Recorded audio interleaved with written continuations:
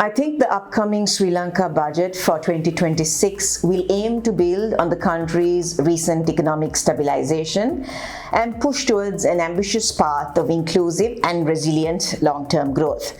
I think the theme chosen for this year's budget is a clear indication of this. The overall sentiment, I think, would be one of cautious optimism.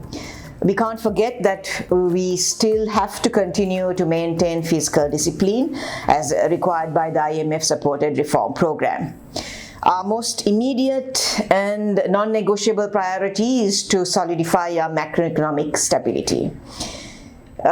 We must also maintain the reform momentum, which includes the crucial objective of achieving a medium-term primary surplus of at least 2.3% of GDP to, finally secure long-term debt sustainability. To finance this recovery and investment, the government projects a significant revenue target of over 5.2 trillion rupees. Now, there appears to be a sort of an assurance that no new taxes would be included to achieve this target, but certainly there will be new measures introduced to broaden the tax base to hit the IMF mandated tax to GDP ratio of 15 to 16% by 2026. So some of these measures include establishing a tax policy unit to scientifically establish a long-term tax strategy rather than imposing taxes on an ad hoc basis, and to establish an empowered tax ombudsman office to monitor efficiency in tax administration. The World Bank has also stated that one of the key priorities to support growth is the removal of barriers to trade and investment. So we may see some reforms coming in for the para-tariff structures. The other key priorities to drive growth will most likely center around three areas in my view.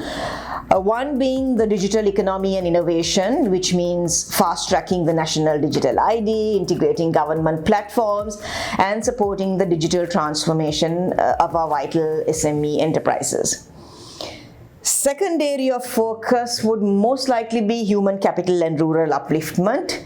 There is a sort of a renewed emphasis on skills development, improving the quality of education, and crucially directing resources towards the agricultural, livestock, and irrigation sectors to eradicate rural poverty and fully integrate rural communities into the national economic framework. And thirdly, I see a need to improve our investment and business environment.